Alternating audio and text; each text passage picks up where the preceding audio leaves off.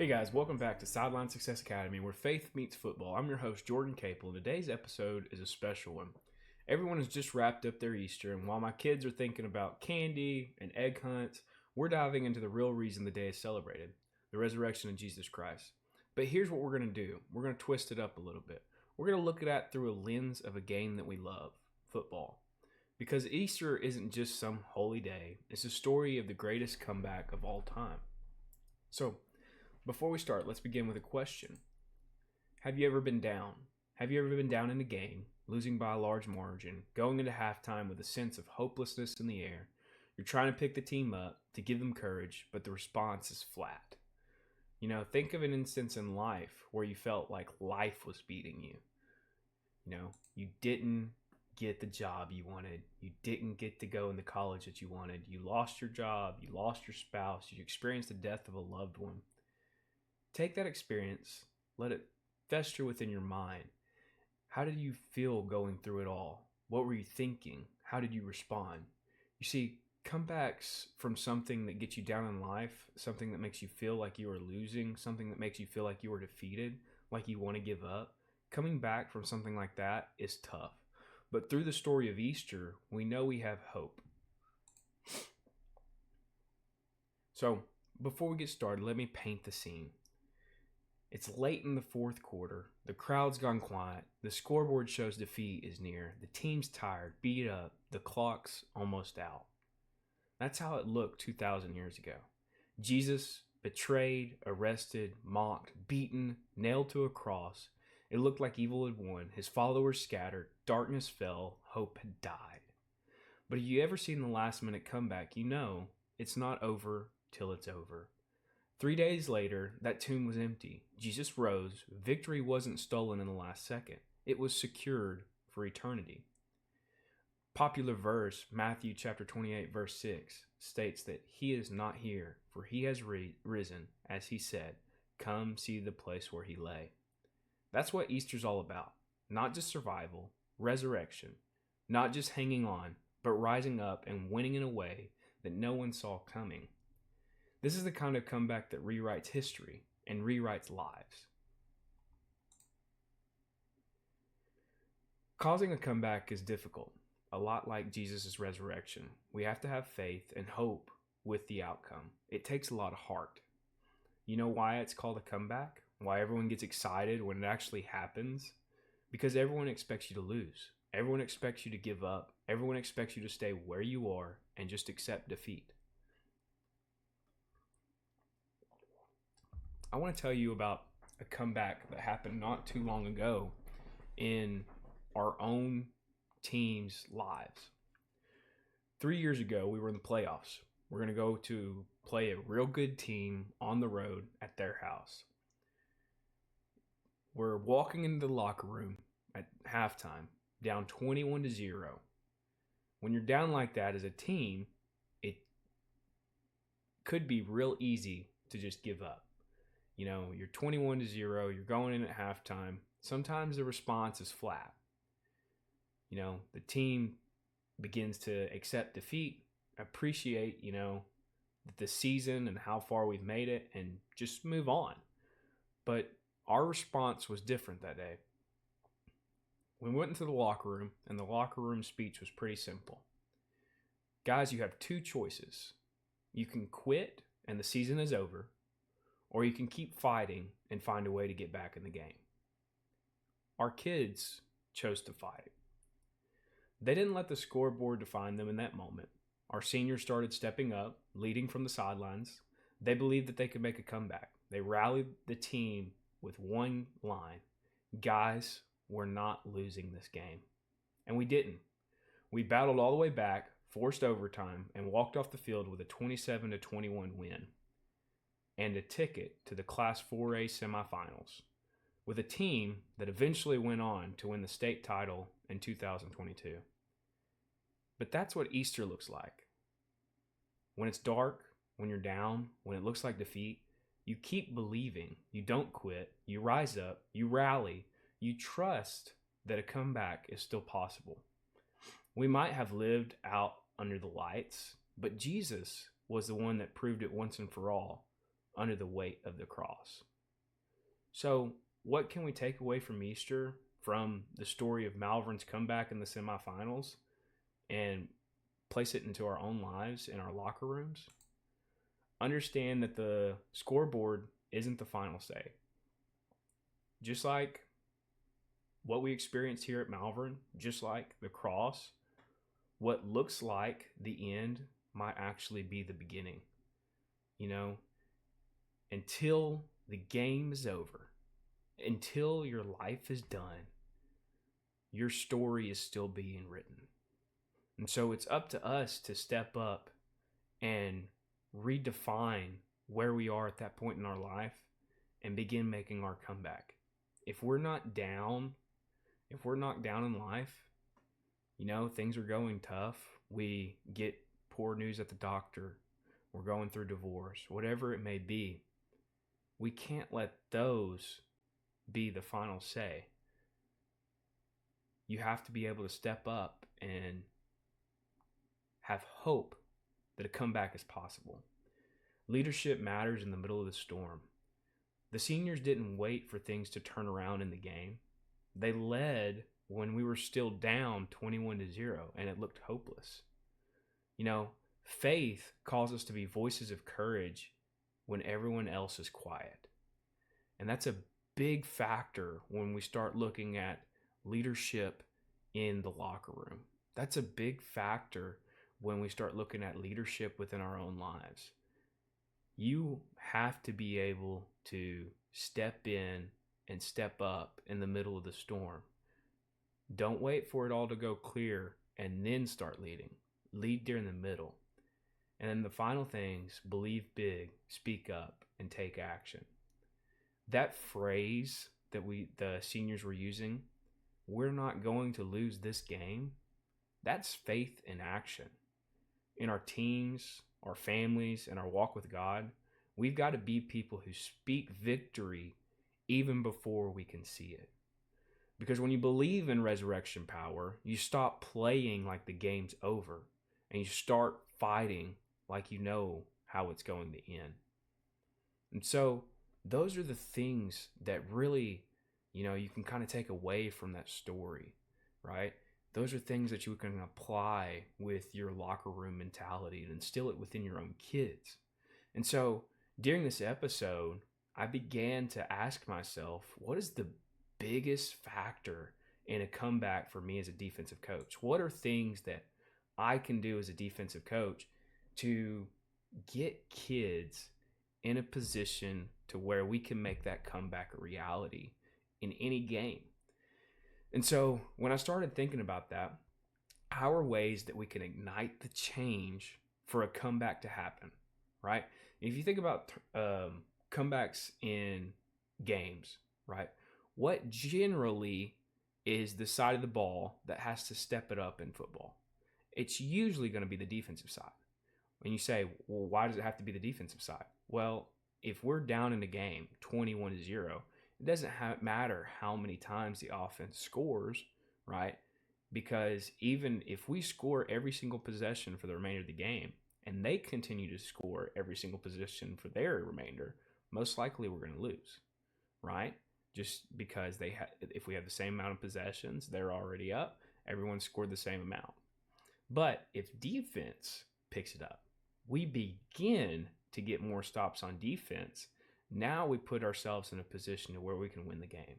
And so 3 areas that I would focus on for consistently forcing turnovers is attacking the ball, emphasizing pursuit until the play is over, and training the turnover mindset. And we're going to talk about each one of those in detail. I'm just going to go over them very shortly here. Attacking the ball is really just creating an emphasis on attacking the ball, physically touching the ball at each position on the field, which is creating an opportunity to force a fumble, get an interception, create some type of turnover. And this leads to extra possession and a much needed momentum change in the game, especially when you're down. Emphasizing pursuit to the ball. This is a big key on defense as a whole, but it has to be lived out in a loss more than ever. When our kids begin to slow down, play without energy or enthusiasm, then we begin to accept defeat, right? You don't want that to be on your defensive side of things. We want to be stepping up. We want to be playing fast. We still want to be playing with energy and enthusiasm.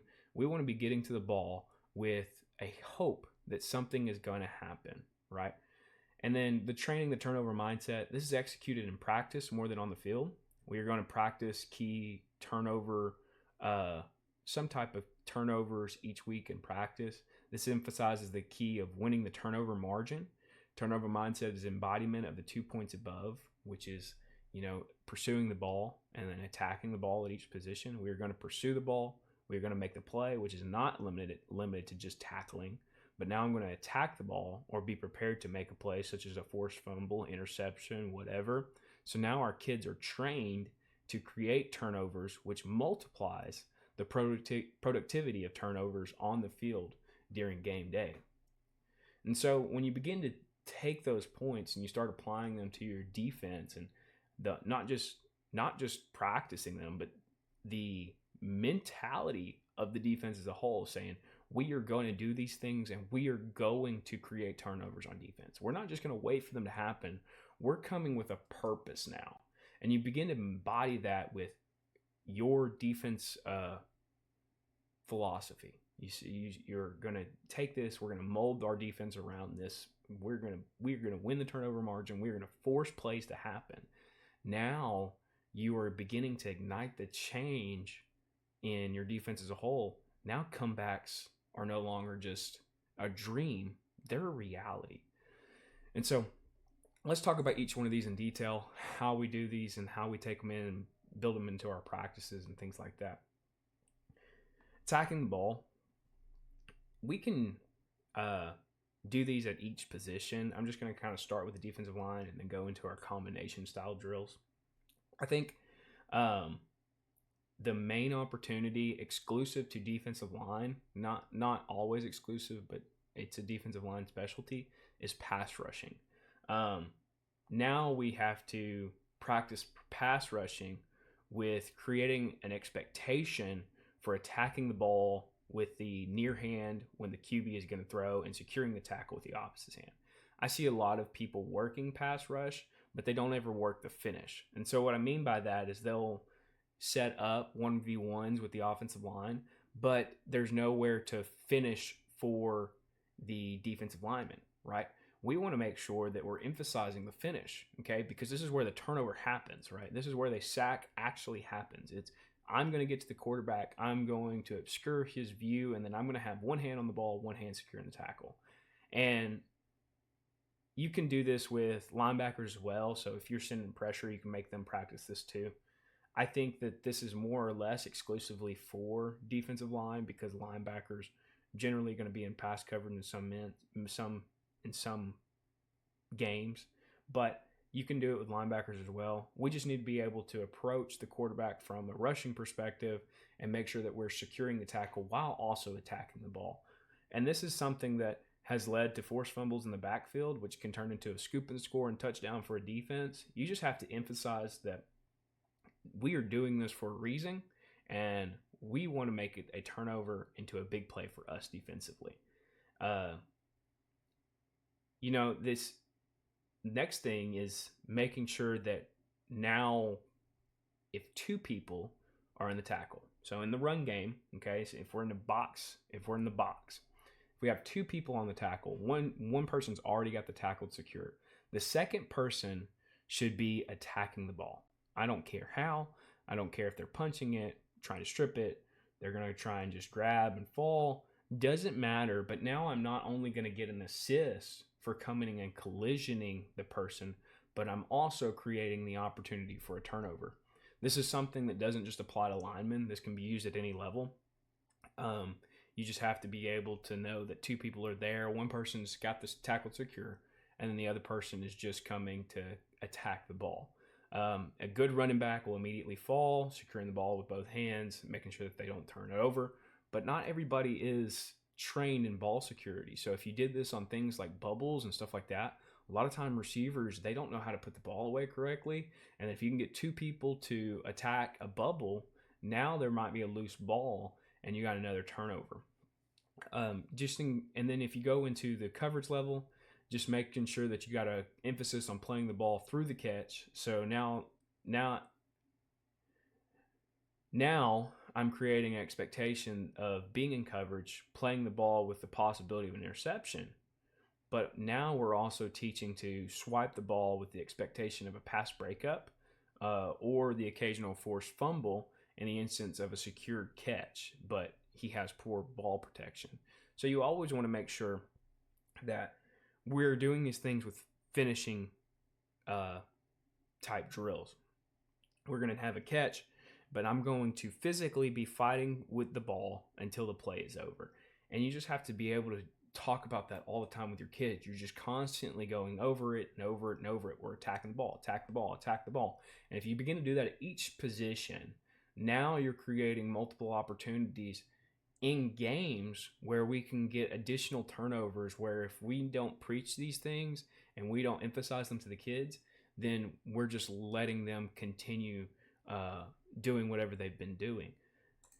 Pursuing the ball, I think this is a defensive mindset as well, and I don't think that a lot of people, most defensive coaches do some type of pursuit, so I'm not going to spend too much time here.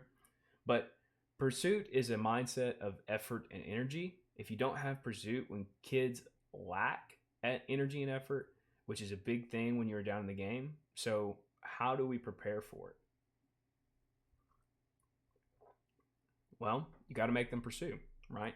You got to run bubble drills, pursuit drills, pursuing your base drills, whether that's endo or whatever. Have them run after the ball, then hold them accountable when they're slowing down, not giving effort, right? If you don't see them giving effort, make the whole squad do it again. Never let them settle for poor effort. This is where that accountability piece turns it into the in-game difference. If you begin to let them do pursuit drills and they're just slowly going through the motions, then that's the type of thing that you'll see in games when they feel defeated and they do not feel like running. That's just part of it. And so what we do is we've done pursuit drills a couple different ways. So I've had coaches spread throughout. We got like four coaches. We got bubbles on each side, deep post or corners down in the 30 yards downfield, and we just sling the ball. So the whole defense will up, down, boom. Now they're going. They go to the ball, then they break. They'll clap 3 times and they'll break. Next group will be on. We'll do it a handful of times. Boom, boom, boom. It's got to be fast. Got to be fast. Group 1 goes. Group 2 is already running out there, getting lined up. And so when you do those things, now we're watching everybody pursue to that person and then making sure that everyone's sprinting, everyone's hustling to get there, everyone makes it to the ball, and then they break down and get off. Another one you could do is just regular bubble drills. So now we're just running a bubble on each side. That person's taking the ball and he's cutting vertical. And we are seeing everybody go and run towards the runner and tag the hip. So even the backside corner has to run and sprint and try and tag the backside hip.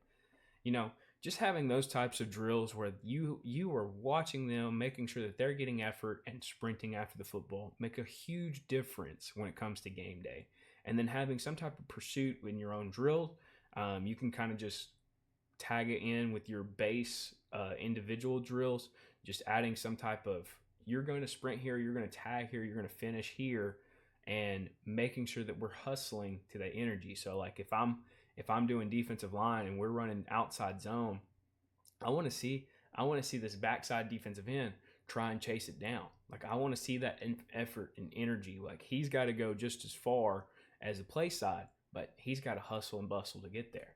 And if you start embodying that within your program, you'll begin to notice that energy and effort will become more evident on game day. If you do not hold them accountable, though, if you allow them to slack off, if you allow them to do those things, then they're going to do it in game day, especially when they're in their feelings because we're losing and we should have been beating this team, yada, yada, yada, yada, right?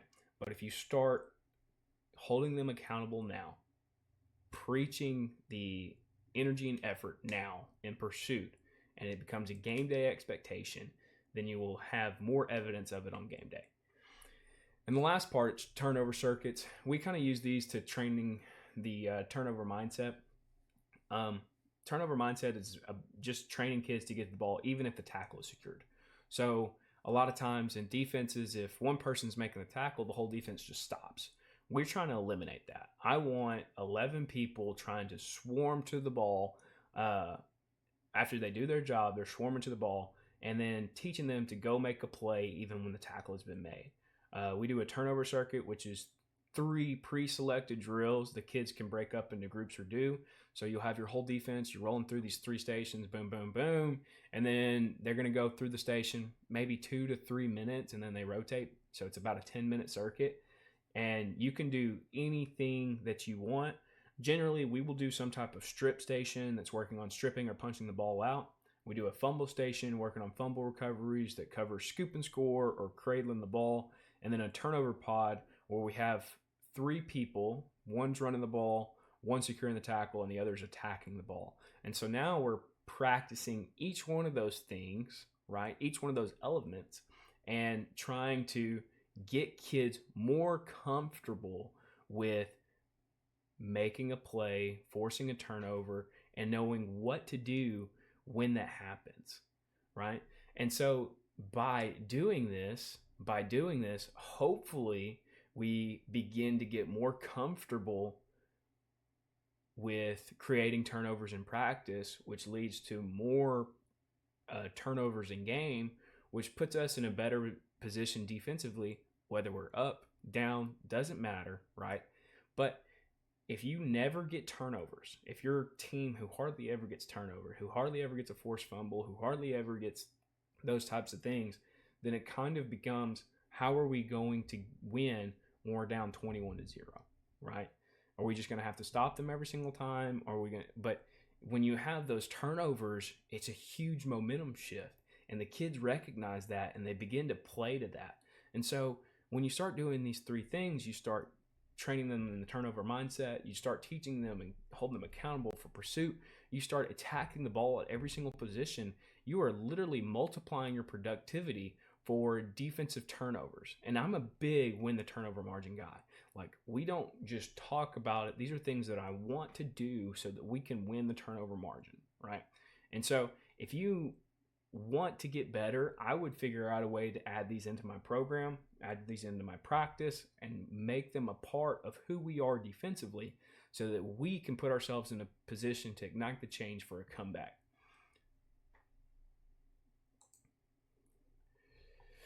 And so as we kind of wrap up, I just want to remind you that even though Easter is over, remember this: the tomb is still empty, right? Whether you're down by 21 in life or just feeling stuck in a season of silence, the God who raised Jesus is still doing comebacks. So keep the faith, keep believing, and when it looks impossible, be a leader who stands up and says, we're not going to lose this. Thanks so much for listening on today's episode. Make sure you like and subscribe. If you check out our website, sidelinesuccessacademy.com, I have some interesting things for coaches. If you're a new coach and you're just entering the field, maybe it's your first year coaching, first few years coaching, you can get my free ebook, which is the 10 things you should know before coaching, which goes over 5 things for all youth coaches. Those are Pee-wee, whatever, community-based programs. It has 5 things in there for you guys, but the other 5 are specific to school-employed coaches. So those are 10 things total that I think can apply to school coaches throughout any part of the country, things that I feel like are very important when you begin in the profession and can help you when making your decision for jobs and things like that. The next thing I want to talk about is if you're a defensive coach and you're learning and trying to grow defensively, but you really don't know what you want to do, I have a defensive playbook called the Dynamic 3-4.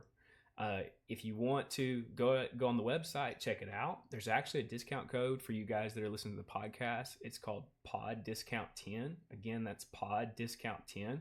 That'll get you a $10 off coupon and allow you to get the book for $19.